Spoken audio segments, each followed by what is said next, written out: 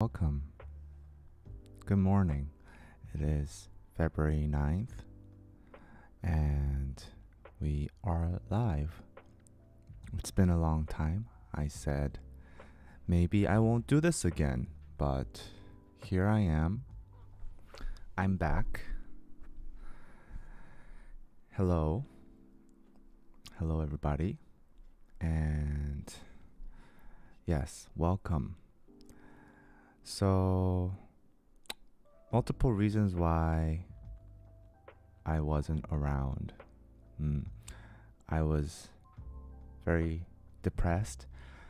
And also, I've just been trying to figure out what I want to do with my life. And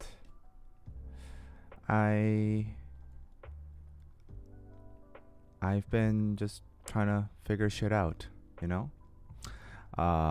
So I'm still in the process, but I think I know what I want to do. And this show, Take One, kind of unexpectedly inspired me to get myself together and do something. So just to give you a little bit of a background on this, I don't know if you guys heard of the Netflix show Take One.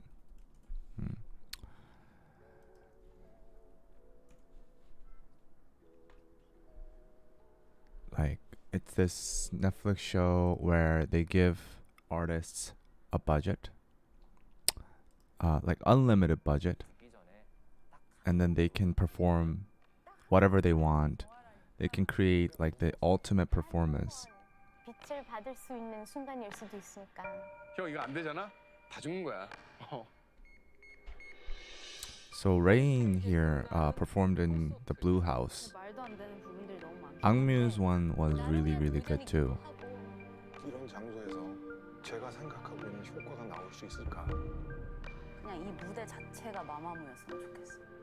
댄서 200명이 있는 거죠. 넷플릭스 없으면 할 수 없는 무대니까. 내가 죽기 전에 인생 마지막에 이런 무대를 쓸 수 있다라는 게 테이크원까지 남은 시간.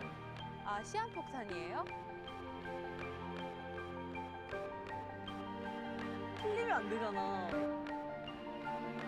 한 번이라도 뻥 나면 So dramatic.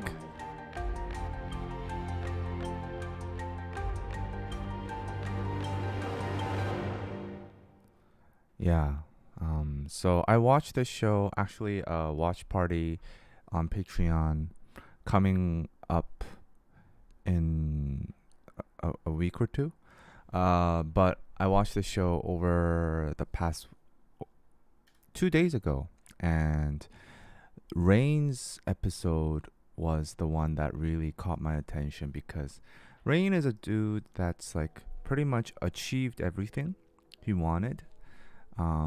He's like, been at the top, and he doesn't have to appear on this show. And honestly, like, this probably doesn't really mean that much to him. I feel that's how I felt going in, but he was the one that actually worked the hardest among all the artists. And he was like rehearsing until like late at night the day before, whereas other artists, I mean, not to compare, but they weren't doing it as hard as Rain was. And it just kind of made me realize, like, oh wow, he's achieved pretty much everything that a pop star would want in Korea, and yet he just tries so hard, and he kept saying like, oh, I just wanna leave with no regrets, and that's why I have to do my best and give my 110% every single time. So that kind of made me realize, like, hey, yeah, if Rain is working his ass off for this one song, why am I lying down and napping and shit? Um, so yeah, it made me get my lazy ass off the ground and kind of think about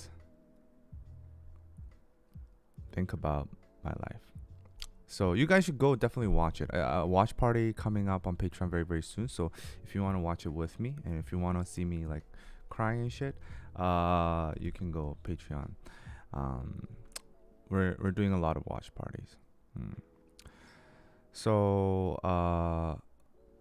yeah, and honestly, I feel like I have a lot of great friends around me because like I said last time, they've been offering me so many different projects even though I didn't tell them that I was no longer working anymore.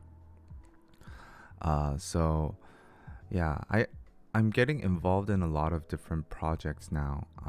Today I'm doing something too at a K-pop label studio that you've probably heard of,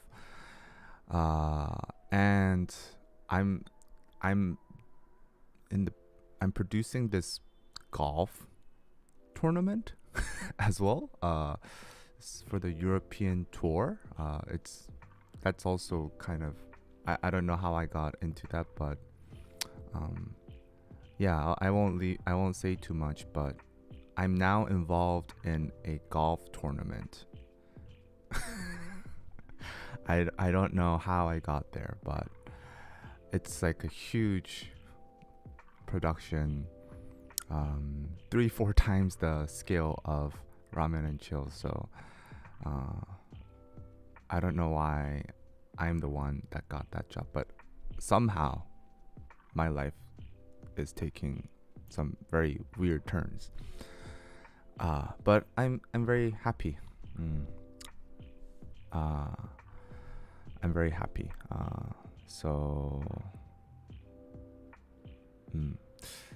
I have no idea like how I'm gonna do the golf thing. To be honest, I have no. This is like shooting for the stars, but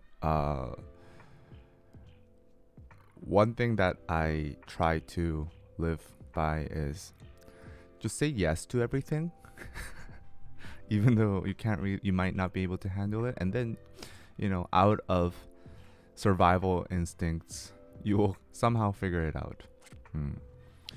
So yeah, I'm figuring that one out, and now I have a goal. I have a goal for myself. So actually, what I wanted to do, and part of the reason why I'm I guess not as active or not making videos on YouTube anymore, except for these live streams, is because I want to pursue other things that will make me happy 10 years down the line.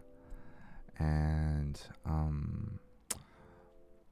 my biggest interest, I won't say passion, but interest, was directing music videos. So I'll be working on music video production starting hopefully by next week.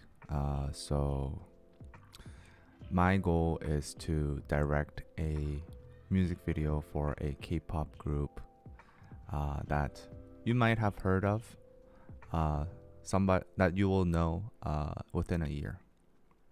So like by the end of this year, I want to have my name as a director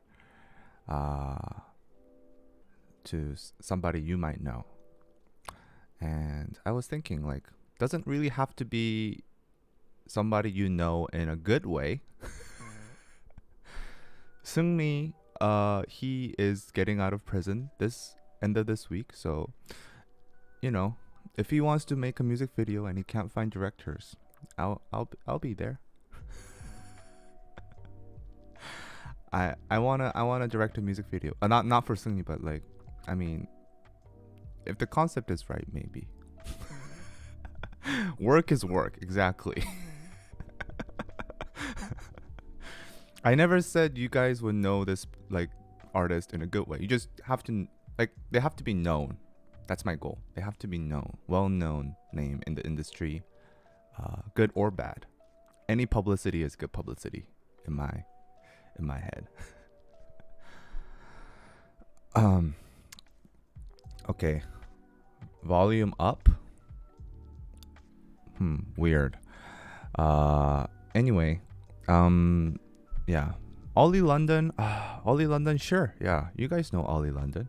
I'll direct his music video. I'm serious. Like I feel like I'm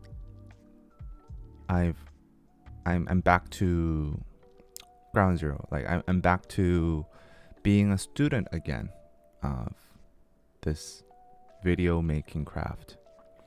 So it's weird because I feel like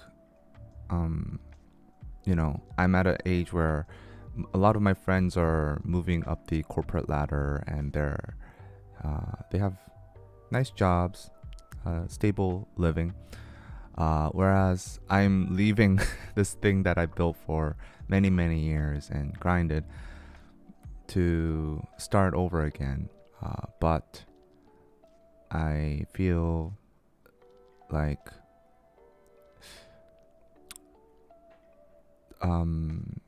I just realized like it doesn't really matter, like whatever I did until now, that'll stay as legacy, and now I can do whatever that interests me next. So how big popular of a group are you hoping to direct a music video for? Ollie London big, or I don't know. I started over at age 50 and going great. Well, that's great for you. Yeah, I just realized like, okay, will I be happy as a YouTuber at age 40? And the answer is no, for now. So I'm just trying to do whatever I want to do. Yes. So anyway, that's just my life updates. I'm less depressed now. I'm in the high phase. So it's I'm very moody. So I don't know if how long this will last, but I'm trying to control myself. Yeah. Yes. And yeah. So like next week I'm basically like gonna work for free. I'm gonna go back to being an intern and work for free on these productions. So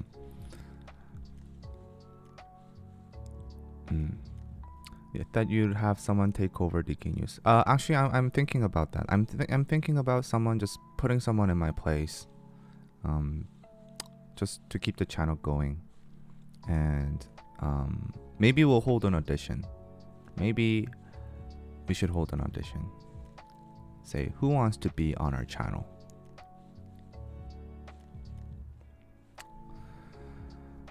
Yeah.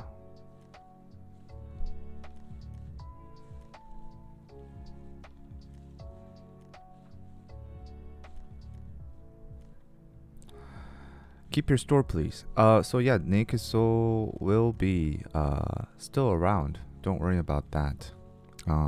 So Naked Soul, yes, everybody, head on over to Naked Soul.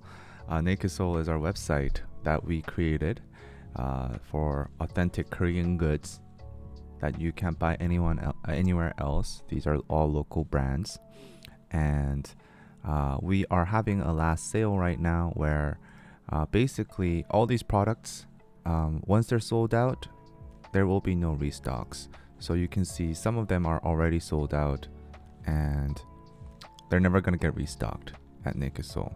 And we have free shipping over $150. So please go check out Naked Soul. The link is in the pinned comments above. And let's just go on to the first news. Okay.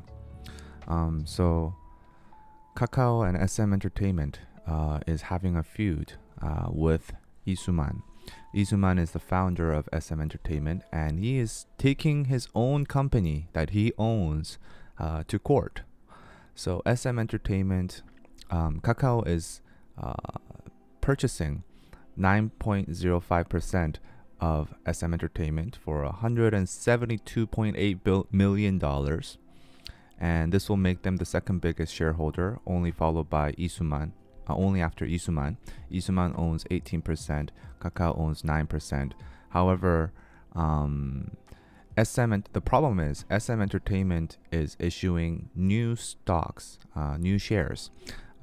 So the shares, when new shares are issued, and Kakao buys them, that will automatically dilute Lee Soo Man's shares.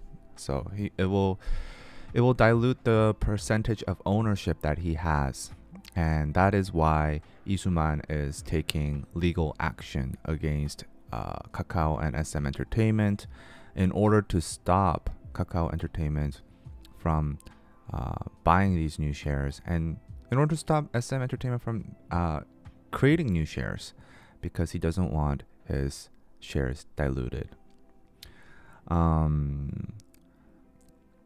So he's basically saying, okay, stop this. This is not right. And Lee Soo Man had been in talks with Kakao actually previously about selling his shares, but the discussions were halted because Lee Soo Man wanted to remain as a director, as an executive producer of SM Entertainment. So that had been stopped, but now that Lee Soo Man, his contract with the company has run out, he is no longer executive producer, and thus Kakao and SM Entertainment is acting on their own, and basically doing business on their own terms. And Lee Soo Man still wants to be involved, I feel, and he is still very much involved, which is why he is saying, hey, I never approved of this. This is not fair, and this is not abiding by our terms of agreement. Why doesn't he just buy more shares? That's a good question. I mean, I don't know. The news reports don't explicitly say why he doesn't buy more shares, but he just feels like issuing more shares is not needed, because to issue new shares, there has to be, under the law, a reason to issue new shares. And SM Entertainment, they announced their multi-label system going on forward, like their SM, was it 3.0 strategy or something like that. And that's basically their reasoning for issuing new shares. Hey, we are doing this multi-label thing, and now we need more money, and we need a change in our financing. And Lee Soo Man is saying no, that's just business as usual, and you can't issue new shares. So his it's gonna be a messy legal battle, and basically Lee Soo Man still holds 18%. So I don't think he holds I don't think he sold his shares. Yeah. And the funny thing is, okay, Lee Soo Man's company, I did not know this, but Lee Soo Man's company Like Entertainment was the one that, like, I guess it was the one that was problematic because like SM was paying loads of money to Like Entertainment, like 10 million a year, and Lee Soo Man was the owner of this company, and so basically he was paying himself loads of money, and apparently Lee Soo Man will be getting royalties until 2092. 2092. He will be most likely dead. I mean, he looks young for 70, but he will probably not survive until 2092. That will make him 140 something years old. And his company will receive 6% royalties on all the music royalties until 2092. So all the music that had been produced by them until that point, which I think is fair. I mean that is fair, but still. And then they're also getting 3% royalties on management profits until 2025. And basically, Align Partners. This is another company that's a shareholder. They only own 1%, but they're a shareholder of SM. And basically, they're saying, hey, this is not fair, and we have to stop this. So I don't know how they're gonna stop it because it's part of a contract that they had all signed with SM Entertainment and Like Entertainment, but Align Partners is taking legal measures to stop the payments of royalties, and they're saying, okay, so for the next 3 years he's gonna receive about $40 million. For the next 10 years, $50 million. So that's a lot of money. And he made a very smart contract.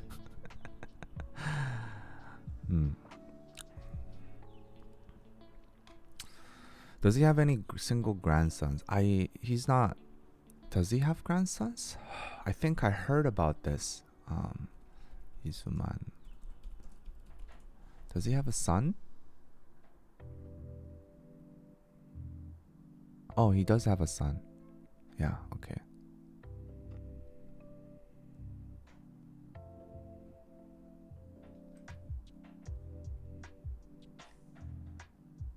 He has a son. I did not know. Okay.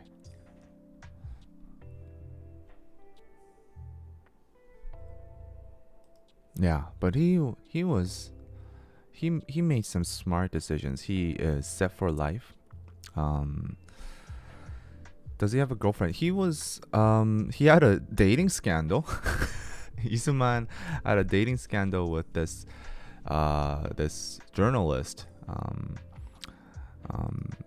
He gave this female journalist who is in her 50s a $4 million apartment, and people are saying like, oh, this must mean that like that must be his girl, because why would you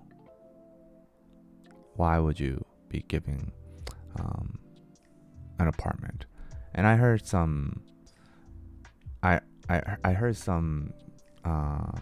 stuff. Oh, really? That's Giselle's aunt.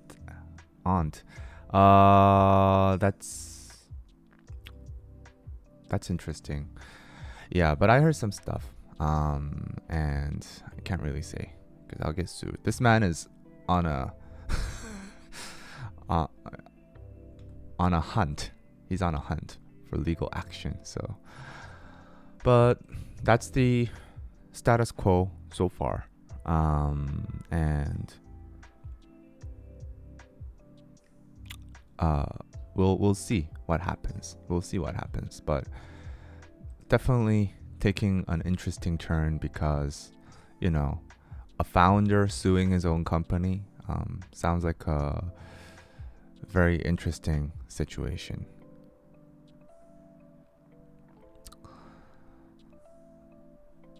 And on to the next piece of news.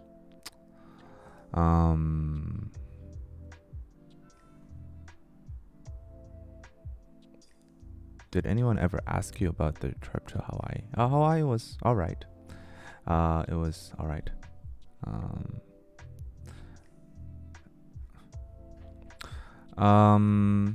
Lee Seung Gi and Lee Dain is getting married.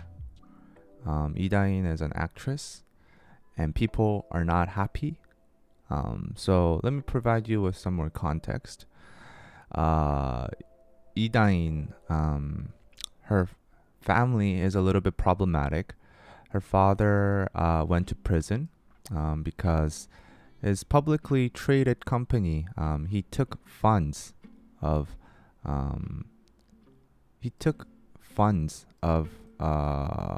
his company and basically diverted them to using it to pay off his own personal debts. So instead of investing in a bio company like he promised, the shareholders, he used that money to pay off his own debts, and also he tried inflating the stocks and stuff like that. And basically he went to prison for 3 years. And the reason why Lee Seung Gi is getting criticized is because he had the whole fiasco with his company and how they weren't paying him. And now he's marrying a girl whose parents are very problematic, and they took money from shareholders essentially. And in Korea, marriage is a very family oriented event. So while you might say like, oh well, she's not problematic, which I would agree, but in Korea it's like your family has to be good too when you're marrying. So that was just the drama, and people are questioning his choice because he had this whole fiasco, and now he's marrying somebody who took somebody else's money. Now he's marrying somebody whose father took somebody else's money that wasn't his. And yes, that is what's going on. Where is the back posture thing?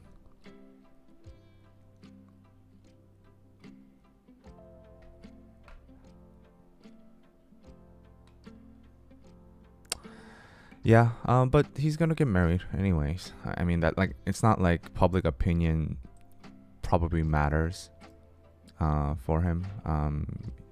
He's doing what he wants. Let's see.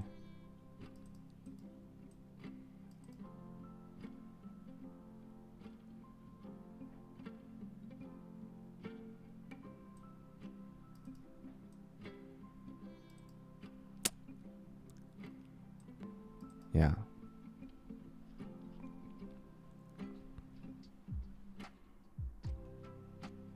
Wow.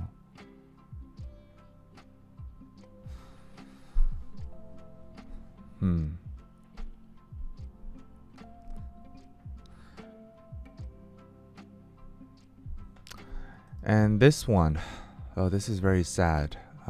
So I've been watching The Glory on Patreon. If you want to join the watch party of The Glory, you can go to patreon.com/tkkTV. But like, that drama depicts school violence, like bullying, extremely well. And in the drama, you see the bully use the curling iron and to burn the victim's arms and legs. And apparently, in a TV show called Attack on Sisters, this girl appeared, and she was a victim of school bullying. And she said that when she saw the glory, she thought like this was her story because she had also been burned by bullies with the hair iron, like the glory, and she showed her marks. Oh my God!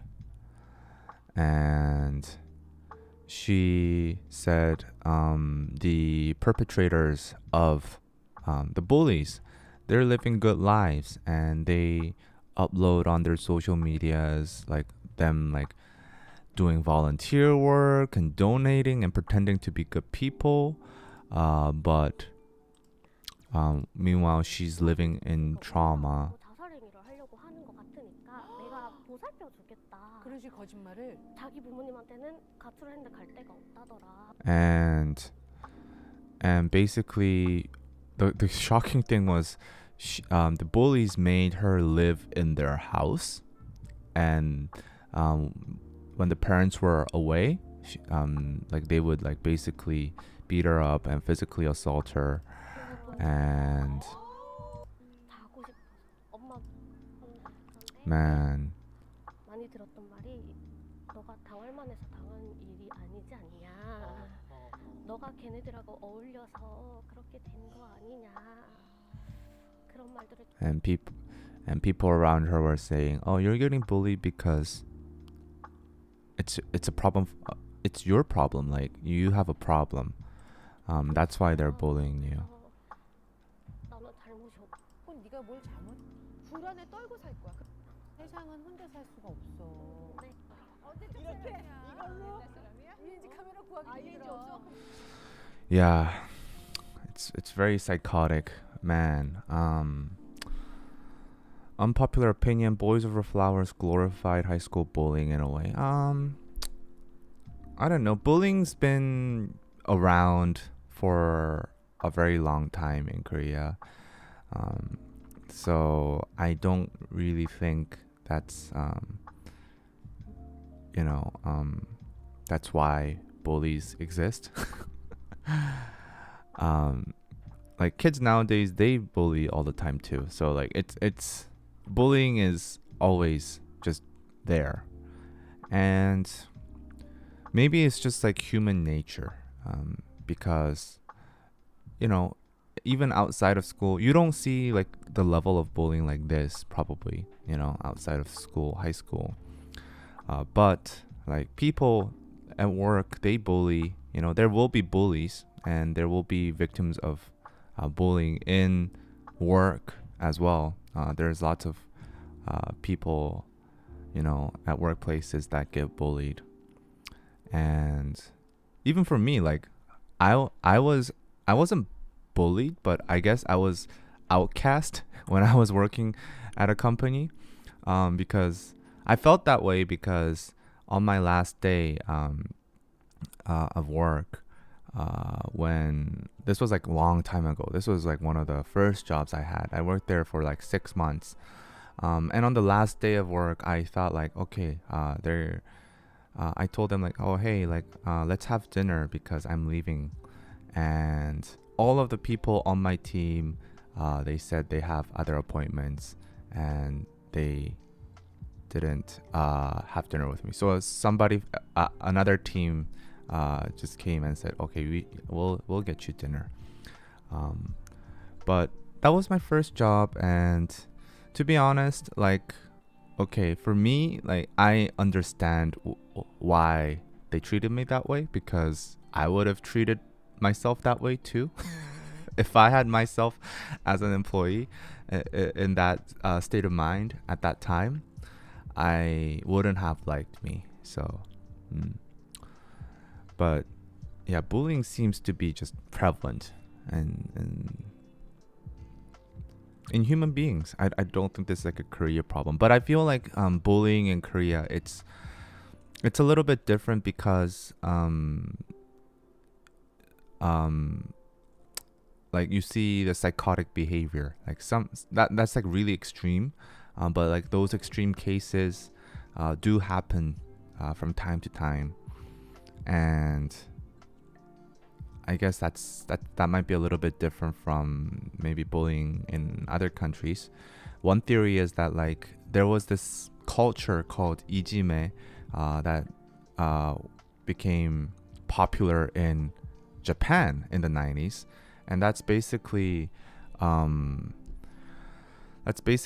bullying culture. Like they do like basically what they're doing in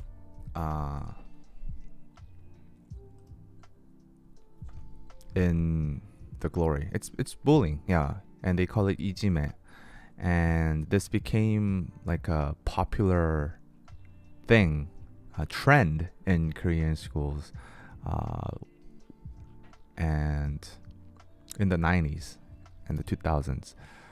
So I think it kind of evolved from there, but I do think there was bullying before that too. That's just human beings, you know. There will be certain percentage of people that will be more aggressive and will want to project their power and influence over others a little bit more, and will be willing to be, you know, they're psychopaths. It's just there will be psychopaths. And it's just inevitable. There's bullying in the military as well. There's military is military is a terrible place to be bullied in, because like you can't escape. With schools you can change schools. With military you're just stuck there forever. So like I didn't experience it, but like maybe a few years, people who went to military a few years earlier, like they would get beaten up regularly. It's extreme bullying, and yeah, it's kind of crazy. Yeah.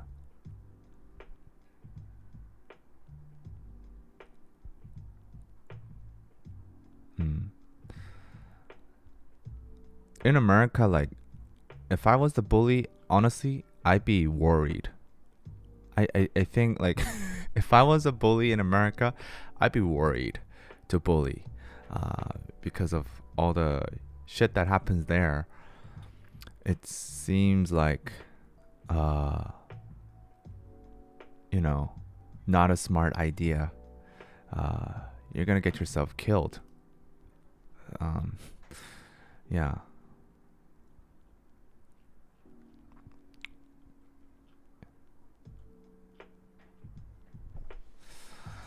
Not a smart idea to bully in America.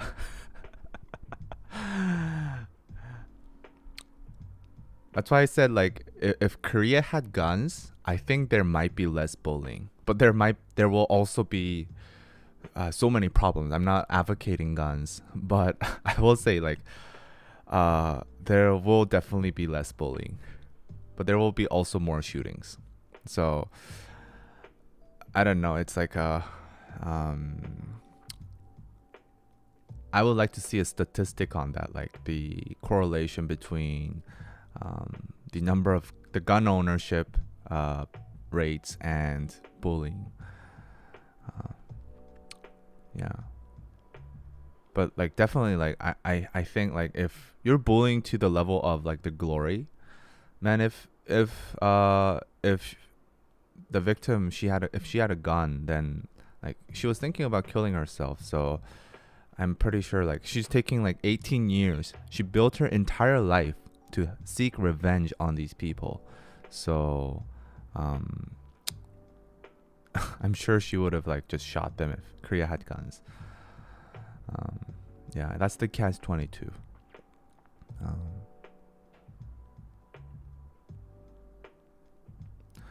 But there you go.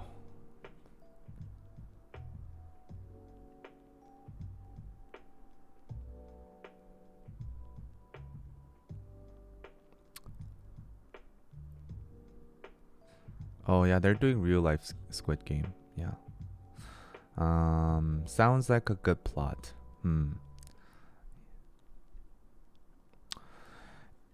Anyway, guys, this the you guys should go watch The Glory. I think it really shows the attitude of the problem of school violence in Korea. And regardless of your interest of school violence and bullying, it's just like a really well-made K drama, and you can watch it with me on DKDK TV's Patreon. Other than The Glory, any K drama recommendations? I recently watched Suriname. It's called Narcos Saints in English. It's about this drug lord in this country in South America called Suriname. It was an interesting watch. I feel like it could have been better. It was like maybe a 6 or 7 out of 10 for me, but I had fun while watching it. But The Glory is a 10 out of 10 for me. Like the acting and on all ends are great, except, am I the only guy that doesn't like the doctor guy? Am I the only guy that doesn't like the doctor in The Glory? Tell me. Let's see some hands. The reason I don't like the doctor is like, if without the doctor, the story will be 100% fine. I feel.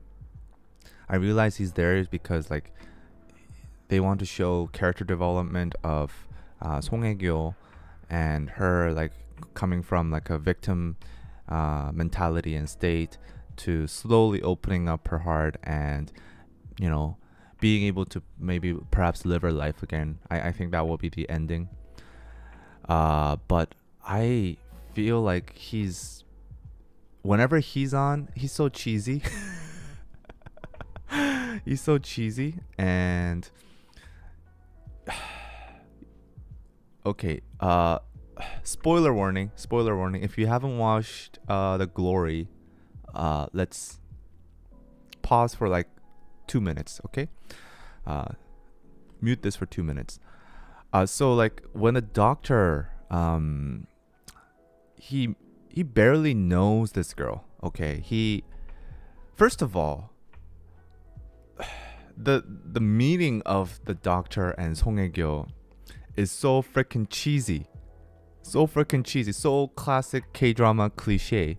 Like, oh, he's this young, handsome intern doctor that's like basically but he's a little bit out there. He's a little bit eccentric because they meet at the hospital beds. Oh, what a coincidence. And he's this eccentric but handsome, rich, young guy. Classic K-drama cliche character.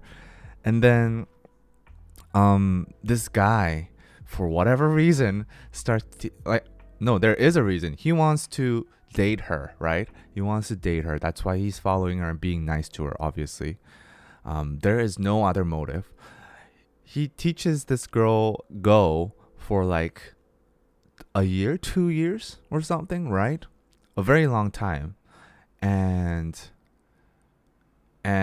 he never went on a date with her. And she just leaves and he's okay with that. It's like, bro, why are you teaching this random girl Go if you can't even date with her? Like the reason you're being nice to her and teaching her Go is because you want to date her. That is the reason why he's teaching her. I can't find any other reason, right? And he's a doctor, okay? He's a handsome young doctor with a very rich family. His mother is like the head of the hospital. So like, I'm sure there's like girls lining up for him, right?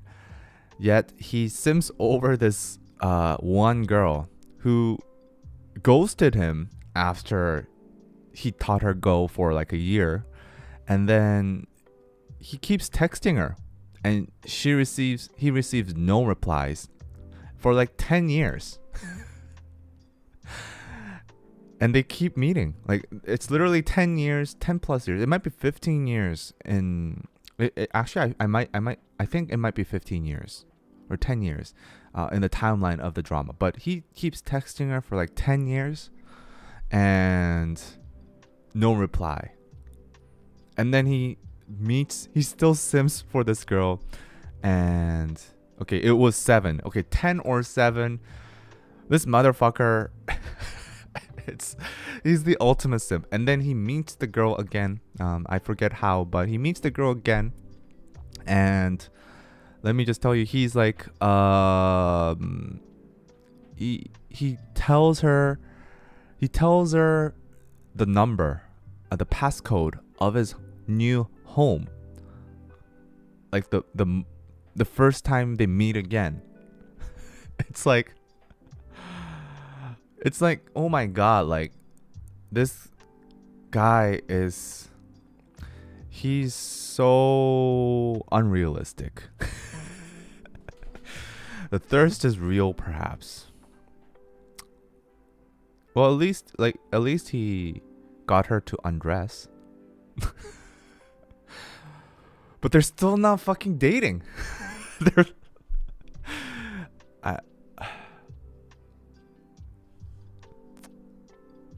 I don't know. Like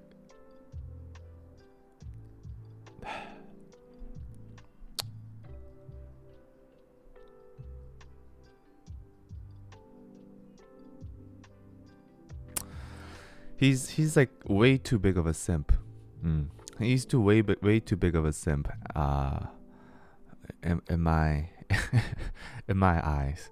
Like I would like it to be a little bit more realistic if they're gonna have romance in this. He needed to see her scars to cement the mutual revenge plot. Yeah, I do not care about the revenge of like this guy, honestly.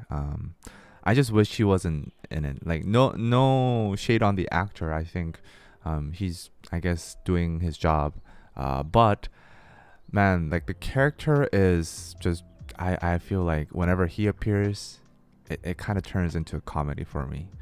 But I guess other than that, the drama is amazing. I really like it, and Seung Gi's acting is amazing. Yeah, I agree. Actually, I feel like the doctor guy, I feel like he's super shady. I feel like there is no way. Okay, so he's too nice. You know, when you see people who are too nice, you feel like, okay, this person has ulterior motives. He is too nice.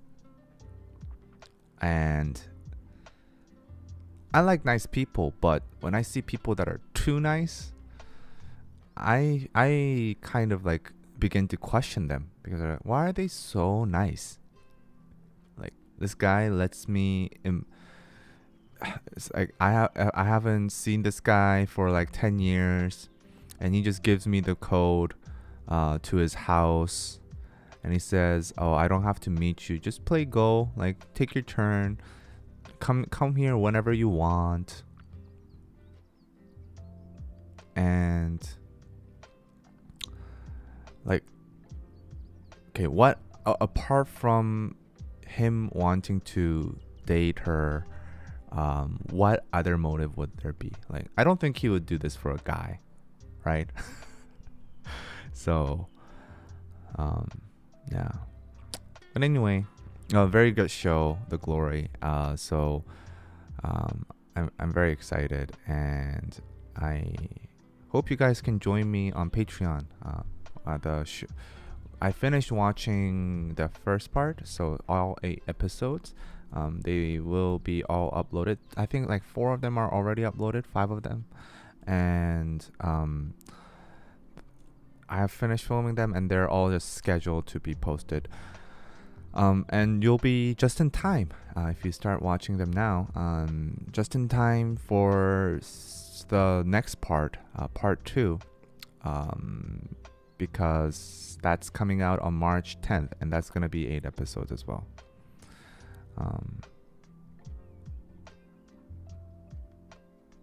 Physical 100. I mean, if they tell me to come, I will come on Physical 100, but I don't think I'm that fit. I'm not fit. I can barely run a mile. Uh yeah, anyway guys, thank you for joining me on today's stream. I'm gonna do another one tomorrow, hopefully, after I finish my job. And stay tuned.